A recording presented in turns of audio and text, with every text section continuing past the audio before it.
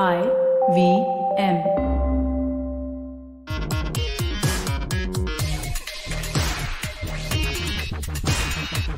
Hello and welcome to Simplified. We continue our special episode with a very special guest, Dr. Nitin Arora, who is an intensivist based in the UK. We had a great session where we discussed various parts of the workings of ICUs as well as the life of an intensivist. We'll continue that conversation today with a bit more about how medical oxygen is used, how it works, how it's applied, all the details about that.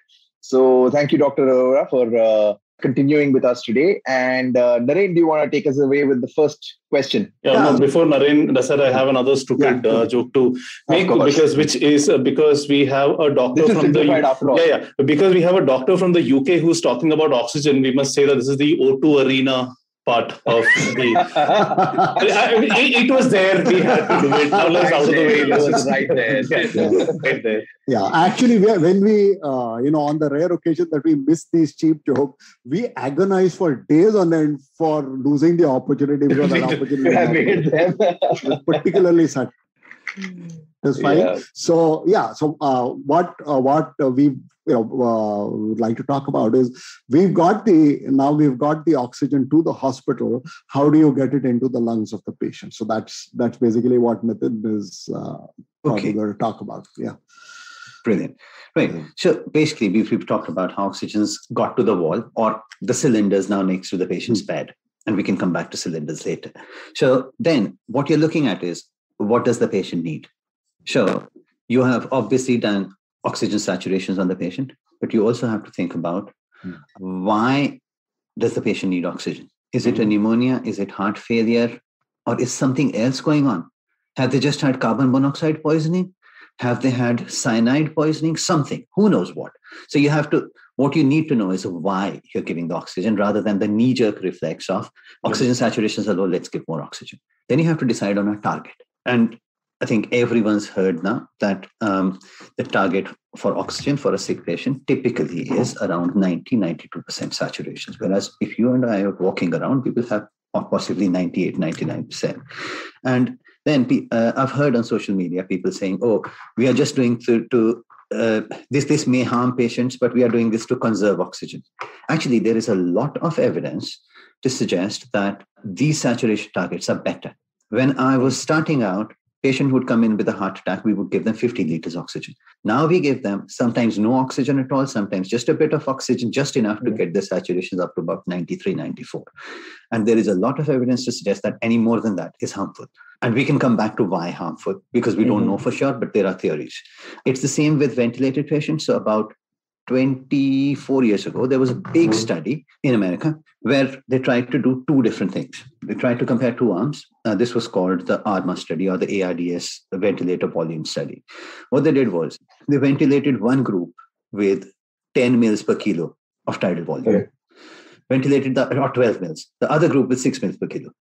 The 6 mils per kilo group was, so what they found was over 2 days, the first 2 days, and they did regular analysis of blood gases.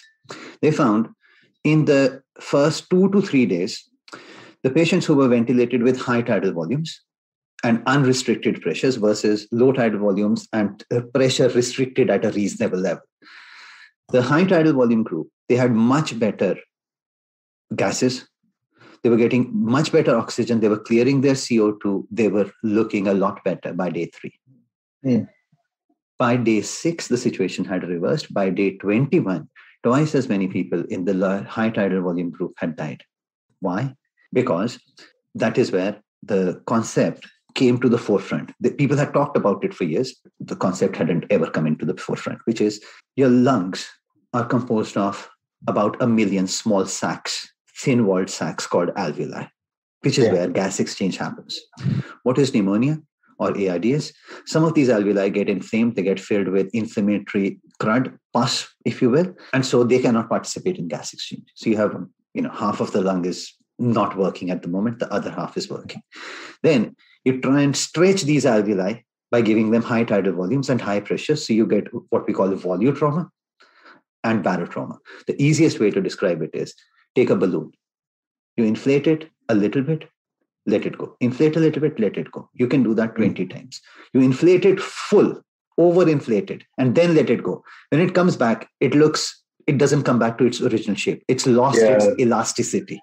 So it now has plastic changes rather than elastic changes. Does that make sense? Yes. Yes. That's a beautiful analogy. That's a beautiful analogy. Yeah. So once you overcome the elasticity of these alveoli, these are living structures, so they will also get inflamed. So essentially what you're doing is you're causing trauma to your lungs. And we started calling this ventilator-induced lung injury. Yeah, that is so non-intuitive. Absolutely. Yeah. Which is the same thing. So, which is what I was saying, that in ICU, what we've learned over the last 25 years is less is more. So whatever you try to do to correct the numbers in the short term may have unforeseen long-term effects. Wow. Like, I mean, the concept of a patient who looks better after 4 days but may end up dead after 21 days is absolutely, I mean, that requires experience to understand. You can't. So one of the things that stands out is someone decided to do a study. It's non-intuitive. So someone sensed this and decided to do a study to verify it. Yeah, absolutely. And a lot of things that we are doing in the last 20 years are non-intuitive. But we know this works because we've done these large studies. I mean, in a typical year in my ICU, we admit about 2,300 patients. If we do not enroll at least 600 or 700 of them into various research trials, we have failed. Right. Because there is so much that we do not understand. So we have to try and get more knowledge. Actually, this could so easily become an episode on evidence-based medicine, because you take nothing for granted and you just keep testing all your theories all the time. Oh, obviously, there is no other way to do it. Yeah. And there is no other way to do it. Yeah. And also on that note about how that entire concept of less is more, about whether it is oxygen, whether it is antibiotics, whether it's about any kind of, I mean, the whole thing about, I was just seeing another video about how a lot of privileged people who have like oxygen saturation at 99 or 98 are getting medication for whatever, remdesivir and all that other stuff, which they're just taking indiscriminately, and then that is leading them to either too many steroids are leading to whatever, the black fungus infections or high spiking blood sugar and all the other ailments that are coming accordingly, which has become a major thing. So understanding when certain medication is required, and not everything can be prophylactic, right? So yeah, absolutely. And again, if I can make a tangential point here, when I started doing this, there was a move away from calling this intensive care unit and to call them intensive treatment units. Right. Okay. Yeah. And 10 years ago, we changed the name back because it's not the treatment, it's the care. There are no magic bullets. It is the care. It is attention to detail. That is keeping everyone such on a the subtle straight and narrow. Difference. Yeah. And we see our duty as care not to just the patients, but to the families as well. On a typical day, every single day, our families of our patients will get, during COVID times, they'll get phone calls, but earlier we have open visiting. So families can visit 2 people at a bedside 24/7 whenever they want. And if someone is predicted to die in the next 24 hours or so, we move them into a side room, and then they can have 5 or 6 family members in there as well. So we have very open visiting, and every day, the families get to ask as many questions as they want, and we give them a detailed update every day. So the care doesn't just extend to the patients, it extends to their families as well. I have to just add one point here. So when my dad was in the ICU, we were allowed, because I knew the people, but most relatives had to wait outside and they would get their information only from the staff. So that was one. Second, one of my close friends got COVID. He went to he survived. So they did an excellent job. They saved him. They came back. He went into a crisis. They took him to a municipal facility, and he's like sort of half his family is in Canada. He's here, and they weren't able to find out what was happening to him because he was in the ICU in this facility, locked out.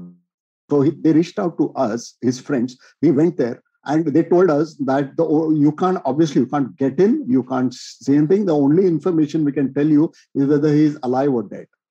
It was brutal, I tell you. That is every morning you go and he says, no, he's still alive. That's it. Yeah, that is unfortunate. We need to work on that in India. Yeah. Just on the subtle difference between treatment and care, right? And how there are no magic bullets. What we see constantly on social media is like requests from, relatives who are trying for the best for the patient, requesting, things like plasma or remdesivir or any of these other treatments. How does that come into being? Is that like, does that get passed on from the doctor, or is it just, I don't know. We used remdesivir, plasma. We used hydroxychloroquine on 100 patients in my unit. But we used all of these medications, all of these therapies only as parts of a research study. Right. So, all the evidence that we have from in the UK, we were part of the recovery trial, which everyone's heard of now.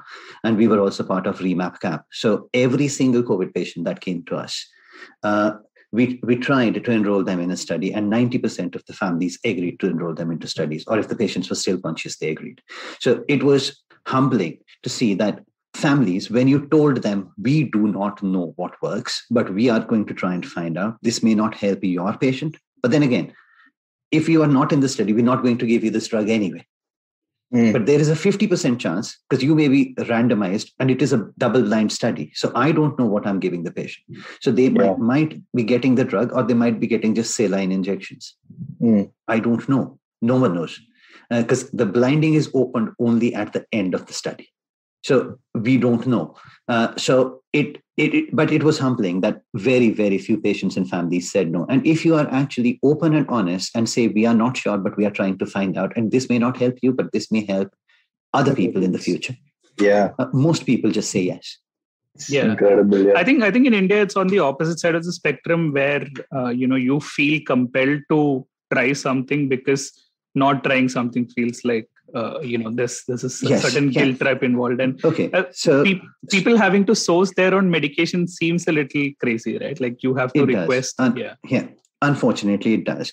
And actually, when I was brand new resident, my boss in intensive care, he had his favorite saying. He used to say, don't run and do something, just stand there, which is the opposite of what most people try and do. Because most people will say, don't stand there, run and do something. Run and do something, yeah. No, the rule of intensive care is don't run and do something. Stand there and think first. Unless it's a genuine emergency, in which case, yes. This is almost Zen-like in its wisdom, because it applies to a lot of real-life things.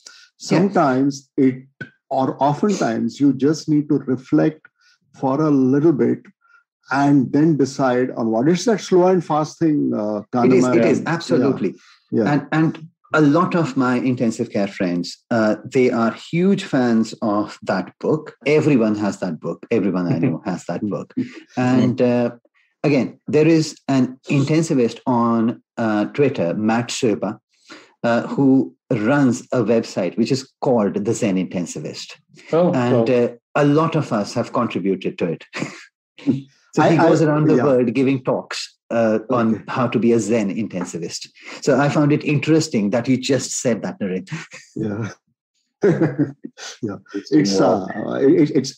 It's life, and it's one of the things that an intensivist will see rather more of than other doctors is death, and it does affect you. And I've seen, my father's a doctor, and he was pretty strong guy. He was a family physician, and he had a huge practice.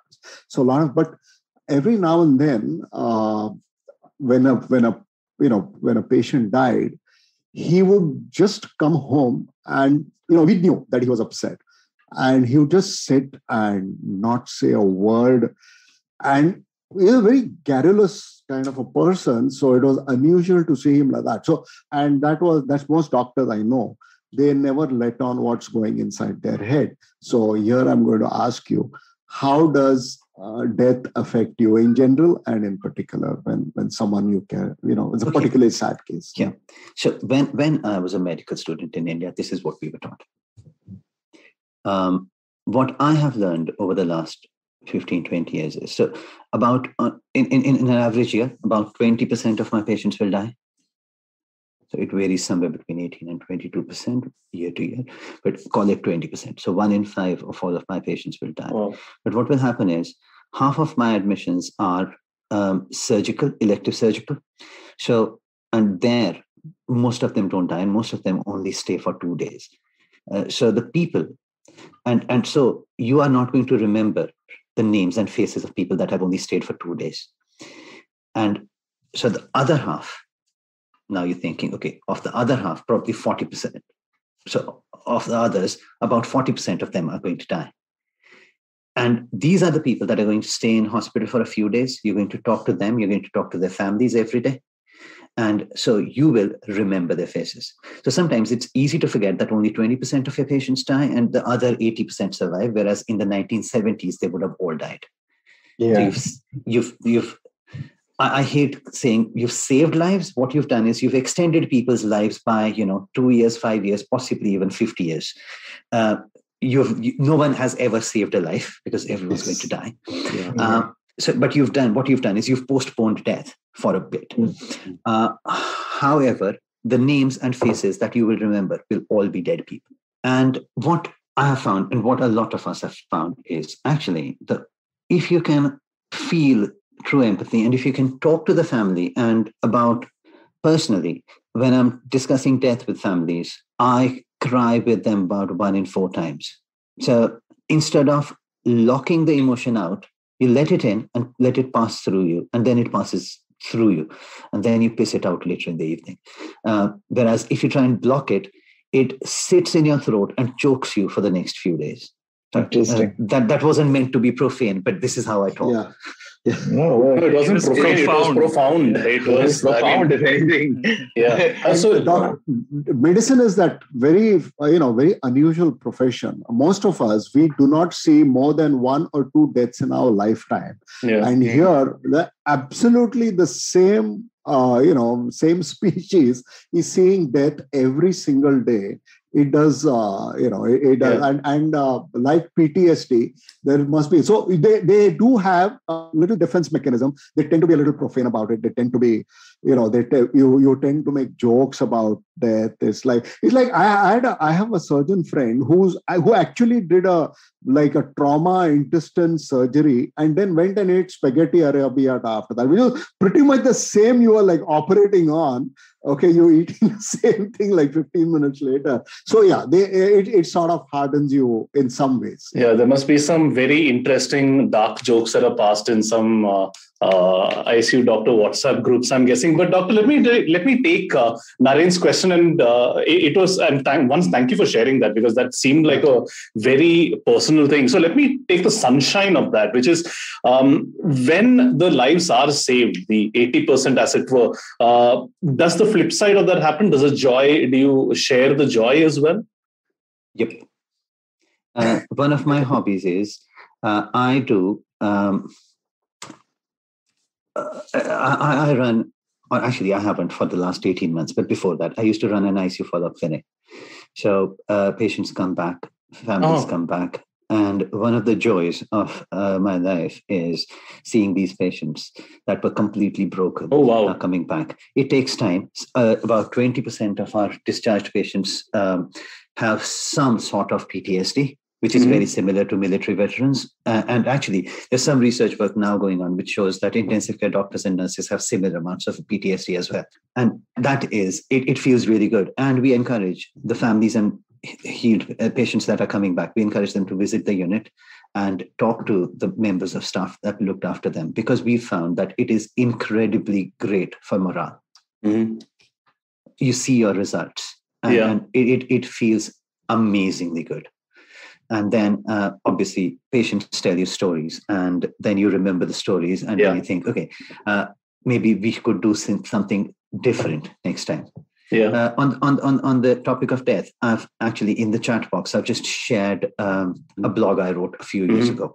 So at some point, have a little look if you want. Yeah, and we'll link it out as well. And Doctor, something that you said resonated with me. So while I've been fortunate enough not to be in an ICU myself, I was in a very bad car accident almost exactly 10 years ago, and I had a hip replacement surgery done. And I make it a point to go back to my surgeon every few years just to have a look at how the X-ray is doing. And the last time I went, which is about a year or so back, he was having a look at my femur's X-ray, and you could see this pride in his face. Right? It's like, this is a work of art which I did. And he was just saying, and he was like, oh wow, because one, it is very rare for him to have done a surgery on such a young person. I was 26 when I had that surgery, but it was a pretty bad crash. So the hip replacement was the only way to go. And he was like, oh, this thing has the body has accepted the implant, and it's like you could see the joy in his face. And I just kept quiet. I just wanted him to revel in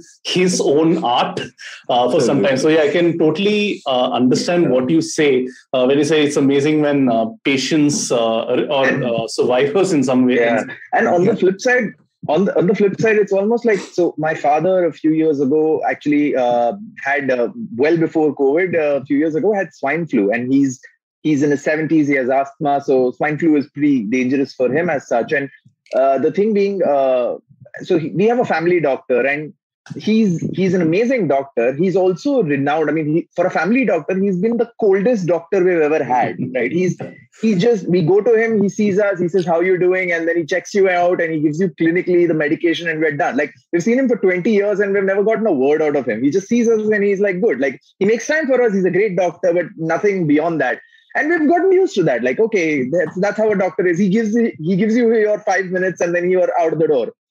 And my dad was, again, he had a bit of a breathing problem and all that. And the doctor said, okay, the season's up. The tests weren't done yet. And he said, the season's happening, so might as well start taking Tamiflu well ahead of before. I mean, it's before your result comes up, you better start taking Tamiflu.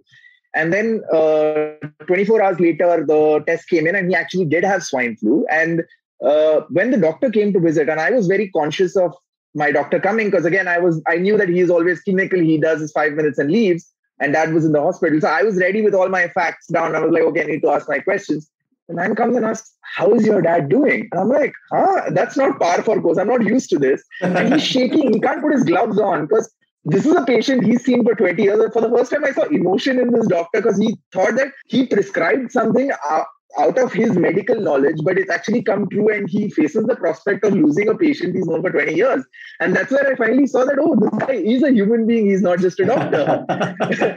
So that was something that really struck me about how doctors may hide their emotion on some level, but they're actually actually resonate with it in the most unexpected ways sometimes. Absolutely. Yes. So one more related questions for you, since you've practiced medicine on both sides. I was touched to know that you share in the grief, or you express your grief, even though you're a medical professional, and it is you are a human being at that point of time, and that's fine. In India, when you are practicing, and you would have seen very, very, very little of this, is that the thing, or would it be seen as weak of the doctor to break down? Is there a cultural thing? Yeah. Would you be it's okay for you to express your grief, the grief that you feel as a human being, and all of us feel that at different points, inexplicable. That's the way grief operates, and you express it, and that's generally therapeutic, because when you express grief, it sort of soothes you somewhere inside, and then you move on, because that's life. But in India, it is usually seen as a sign of weakness. And I would assume, I don't know, but Nitin has worked on both sides, so he probably has a better idea. Would it be seen as a weakness to express grief? I've seen very few doctors express grief. That's why I asked. So what I think what I would say to that is, when I was training in India, it was, and from what I hear, even people of a similar age in this country, it was seen as a sign of weakness in the doctor. However, I like to think that things have changed. They've changed probably a little bit faster over here. They've changed slightly slower in India. But the guys, Because as I said, every year we get 2 or 3 clinical fellows coming from India who stay with us for 2 or 3 years, and they've trained in India for 8-9 years. So they're pretty experienced doctors, and they finished their intensive care specialization.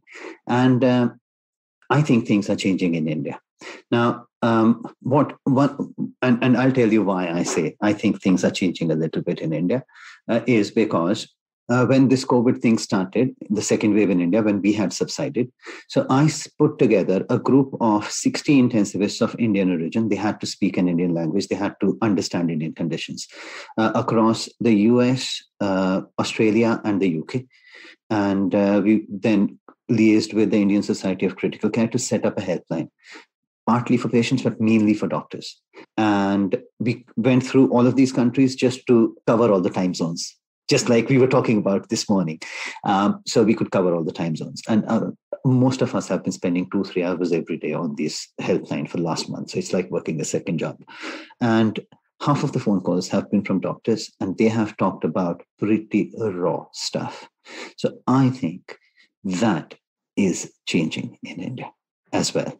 I suspect that so far, where we've got is they're expressing their grief, they're expressing their raw emotion, perhaps to a stranger at the end of a phone line. I suspect they may not be as comfortable discussing this directly with their boss, but they might discuss this with their friends, especially after a beer. And I am almost sure that we haven't got to a stage where it is acceptable to discuss this, to display emotional grief. You definitely, you never dream of loading a patient with your guilt or with your grief, but expressing grief with the patient or their family, I suspect is getting more acceptable, but I suspect we're not quite there yet, but we will get there. At least we've taken a few steps down the road. When I was training, you wouldn't discuss this with a colleague. You wouldn't phone a helpline. You wouldn't ask for peer support. So things have definitely started changing. They're not where we would like them to be, but nothing is what we would like it to be. But it's better than it used to be. Is there a function of the times that you're obviously seeing way more, I would say, morbid stuff than you used to before, or is it a cultural shift in itself?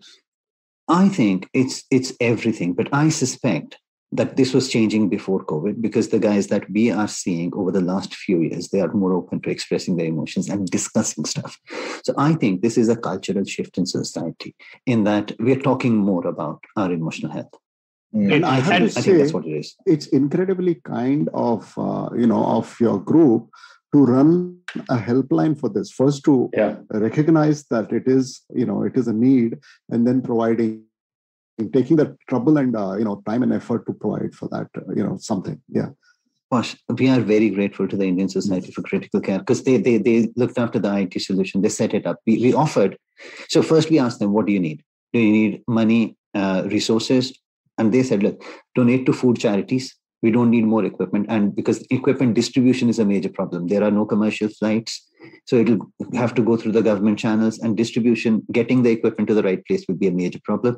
So they said, donate to food charities, because these patients that are coming in from distant areas to big cities, their families are sitting outside because they're not allowed in the room, and they are struggling for food. So we have been donating to food charities. And then the only other thing they said was, yes, can you do a peer support or a peer network helpline?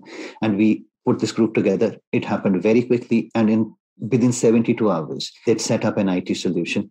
So you can log in, you can indicate your availability for 30 minutes to 3 hours, whatever you want. And anyone that goes to the website, and they're tweeting it out regularly, will see who is available. So you just click on it and you get connected. Wow.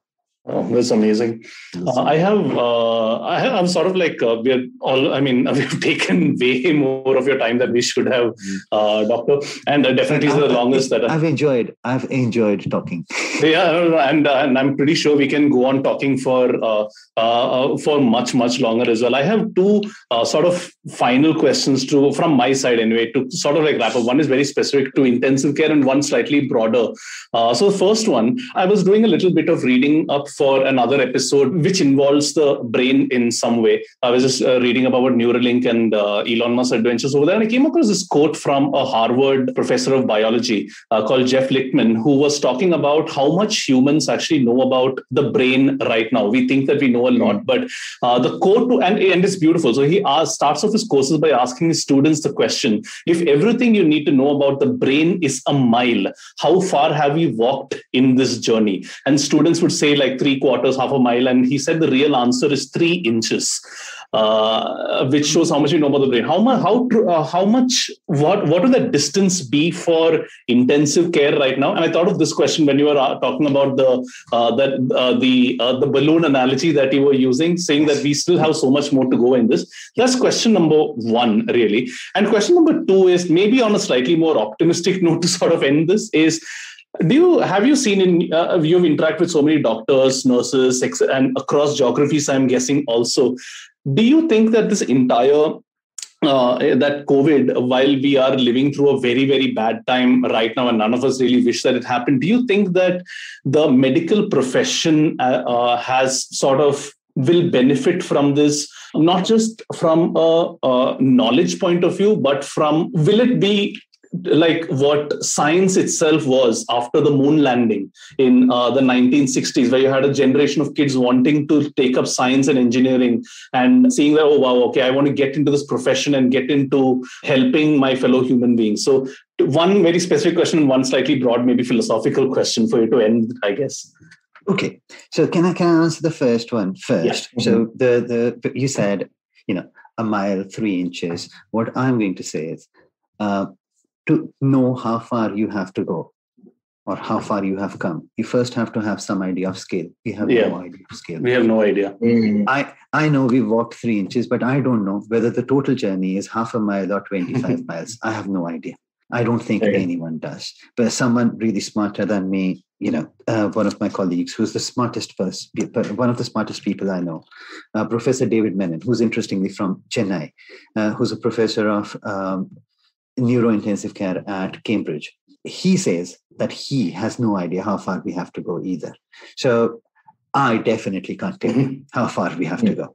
The second one, which is actually easier for me, I think, is where are we going with healthcare? I think there's going to be a number of advantages, a number of things that come out of this.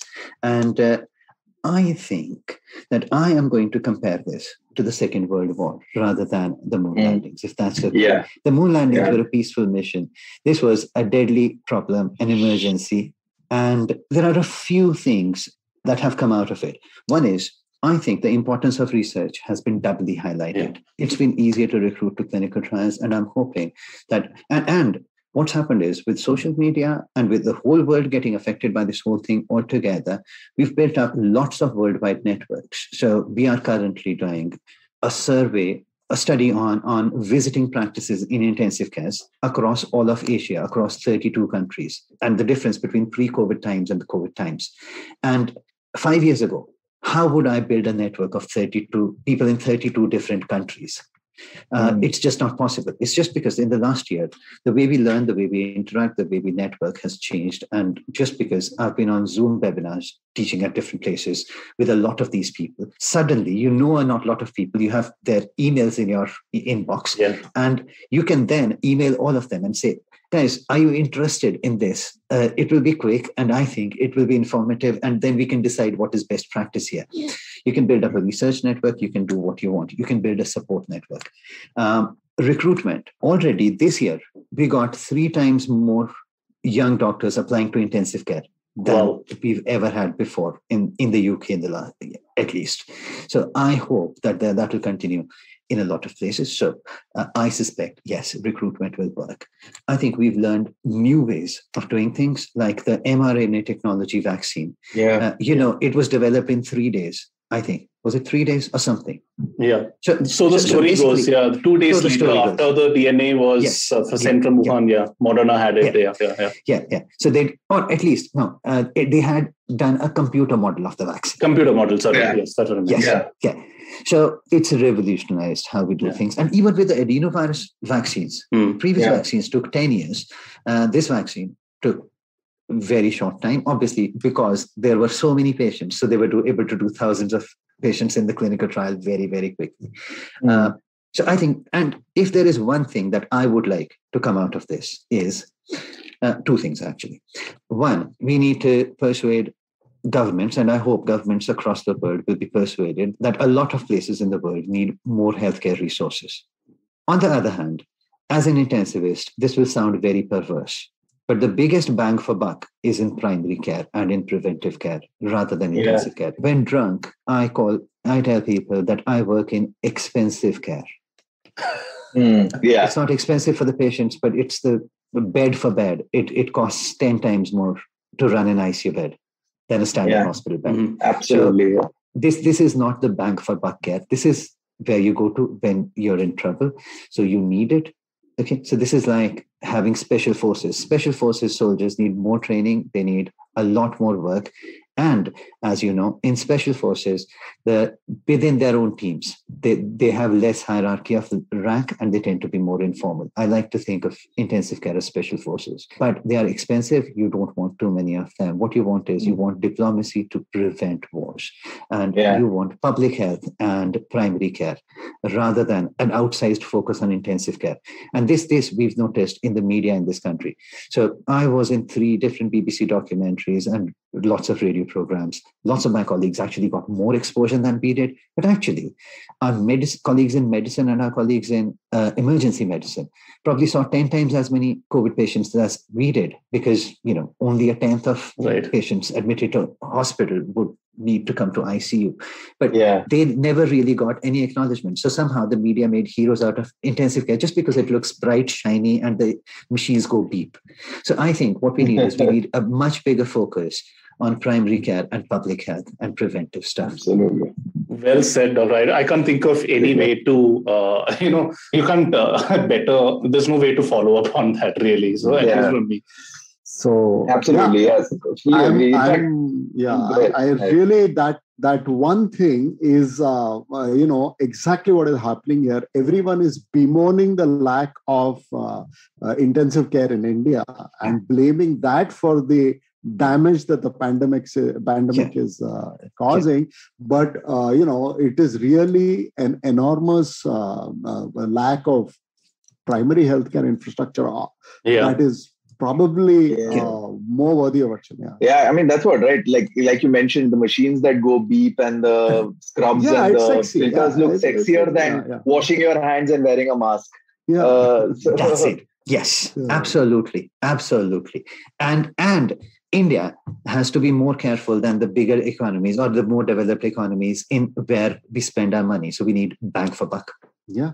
Absolutely, Extensive care, not extensive. I love that. Extensive care, not expensive care.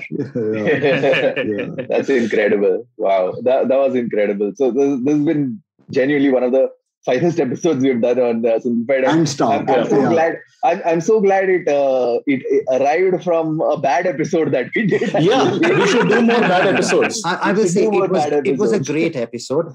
I just felt it was an incomplete episode in that we left it off hanging at the climax. Doctor, the problem was we walked 3 inches. We didn't know how far we had. Beautiful. We had no idea whatsoever. And I should have, because my dad spent time in an ICU and I got to see all this up front. And all I could think about was oxygen, not the rest of all that. Don't be too hard on yourself, because what happens is when you are there, your cognitive load is so high anyway. So your emotional load impairs your cognitive ability, and your cognitive load's already high enough. You're getting sensory overload. You're not used to all of this. So it is normal. Don't be hard on yourself. Okay, can I ask one last question? Sorry for bringing it up at the last minute. Do you think that, you've spent so much time with us, you spend so much time with other doctors and, teaching them and stuff. This is practically like spending time with backbenchers for you. But is there a limit to empathy, or do you see that the more empathetic you get, the farther you can go on being empathetic? Okay, so can I say two things? One is, actually, part of my role is public engagement with intensive care. So actually, I'm loving this. And I go with our organ donation leads to gurudwaras and temples regularly, and we talk to people. So you explain intensive care and organ donation in Punjabi, in Hindi. And we have a Gujarati intensivist as well, so in Gujarati as well. So I love talking to non-medics. Actually, in some ways, it's non-medics bring. I know I shouldn't define a group by a non, but you know what I mean. You can call us engineers, I think. You have a very different view. You have a different point of view. And honestly, when I start, already I can think of a few things, but when I start reflecting on this and when I listen to the episode, I think I will find I've learned just as much from you, because it's a different point of view. And it is the diversity in the team with people having different points of view that actually gives you brainwaves later. You may not realize it then, but 3 months later. So I have loved this. The second bit, which you asked about empathy, I would honestly say there isn't a limit.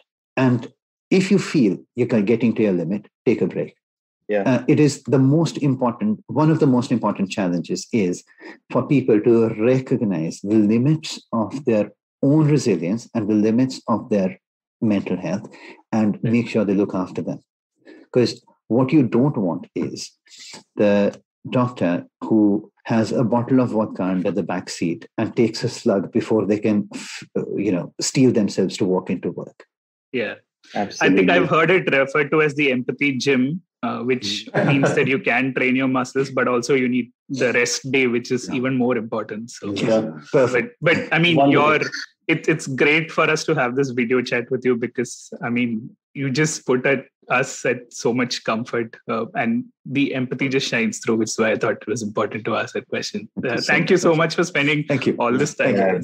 Close to 2 hours. Amazing. Thank you. Yeah. Thanks so much. So Naren, you want to sign us off? Yeah, I want to just say once again, totally thank you. And we usually sign off our Simplified with some silly stay safe slogan. So our slogan today is, and I make it up, and everyone politely laughs. So my slogan for today is stay safe, stay intensive, and stay intense and stay simplified. Wonderful. Thank you. Thank you, Doctor. Thanks so much. Thank you, Doctor. Very much. It's been fantastic to talk to all of you. Thank you. This is really great. Thank you so much, Doctor. Super. Thank you.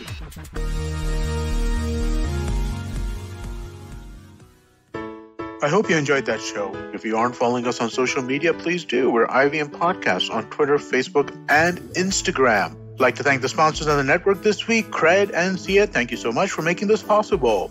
We've had an amazing week on the network. Do check out The Note with Mahrukh Inayat. She speaks to Prabhat Kumar, the man leading child protection at one of India's leading NGOs, Save the Children. On The Habit Coach, Ashton was joined by Rajat Mittal Shah to talk about some superfoods in Ayurveda like turmeric and ashwagandha. On Paisa Vaisa, host Anupam Gupta has a digital gold special in 2 parts, one with Ashraf Rizvi, founder and CEO of Digital Swiss Gold, and Gilded, and one with Deepak Abbott, co-founder of India Gold. Listen to the first part of the Father's Day special of Agla Station Adulthood with Natasha and her father, Dr. Vipul Roy Rathod. You should also check out Cyrus Says' episode with Mukul Chadda. He talks about upcoming shows Sunflower and Sherni. Our Kannada podcast, Thale Artist, celebrates 100 episodes, and we had a reunion of hosts Pawan, Ganesh, and Surya who shared their favorite moments from the past. Shiva Mehta is back with the second season of Smile India. The show is available in both English and Hindi. On this episode, she talks about the conversion from bag teas to bagless ones and how we should ditch the plastic and have a great tea experience. And with that, I hope to see you again next week. Whether you're an established sports person or a budding one, or simply a sports enthusiast, join us, Tanvi and Shlok. We are 2 passionate pro badminton players talking policy, mindset and everything sport. So tune in to The Millennial Athlete every Monday. Only on the IVM Podcast Network. Trust us, it's gonna be lit.